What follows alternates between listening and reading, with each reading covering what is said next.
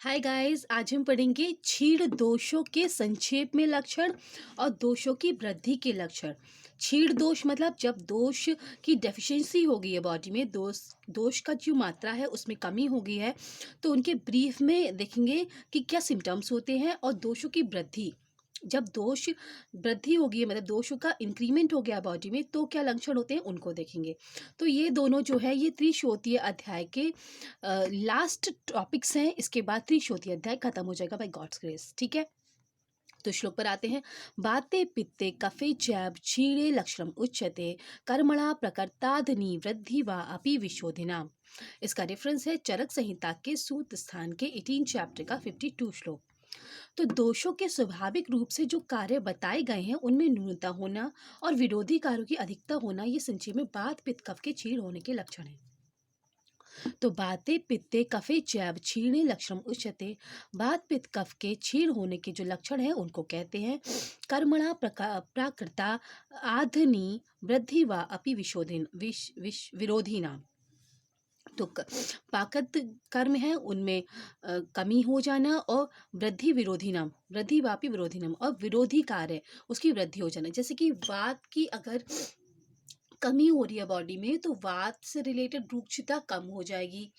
और जो मूवमेंट है, उत्क्षेपण अपक्षेपण, जो भी मूवमेंट होते हैं, इंद्रियों के जो कार्य होते हैं, तो इनमें कमी हो जाएगी। तो ये वात की कमी से होते हैं। और फिर जो इसके विरोधी है कफ।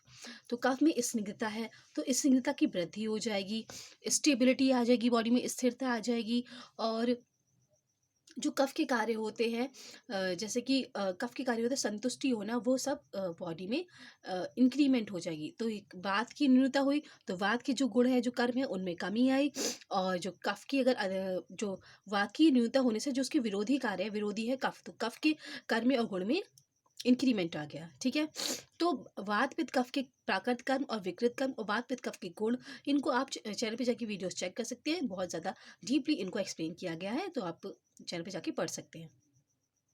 अब देखिए दोषों की वृद्धि के लक्षण। तो दोष प्रकृति वैषम्यम नियतम वृद्धि लक्षणम दोषाणाम प्रकृति हानि वृद्धि वचा परीक्षते। तो दोषों के स्वाभाविक कार्य में विशेषता होना ही निश्चित रूप से दोषों की वृद्धि का लक्षण है। इस प्रकार दोषों का प्राकृतिक अवस्था में रहना, दोषों का क्षीण होना और दोषों की वृद्धि होना, इन तीनों की परीक्षा की जाती है। तो दोषों के स्वाभाविक कार्य में विशेषता होना ही निश्चित रूप से दोषों की वृद्धि का लक्षण है। दोष प्रकृति वैषम्यम नियतम वृद्धि लक्षणम। दोष के स्वाभाविक कार्य में विशेषता होना, जैसे कि दोष के स्वाभाविक कार्य हैं, दोष के स्वाभाविक कार्य जो होते हैं, जैसे कि वात का कार्य क्या है, रुक्षता देना। पित्त का कार्य क्या है, डाइजेशन करना। कफ का कार्य क्या है, स्निग्धता देना, स्थिरता बनाए रखना। तो इनके कार्य में विशेष रूप से वृद्धि हो जाना। वात के कार्य में वृद्धि हो जाना, रुक्षता बहुत ज़्यादा बढ़ जाना, वात की वृद्धि के कारण है। पित्त में डाइजेशन बहुत ज़्यादा तेज हो जाना, अत्यग्नि हो जाना, पित्त की वृद्धि के कारण है। कफ में स्निग्धता बहुत ज़्यादा हो जाना, कफ की वृद्धि के कारण है। तो इनके कार्य में विशेषता हो जाना, स्वाभाविक कार्य में विशेषता मतलब बहुत ज़्यादा अधिकता हो जाए, निश्चित रूप से दोषों की वृद्धि का लक्षण है।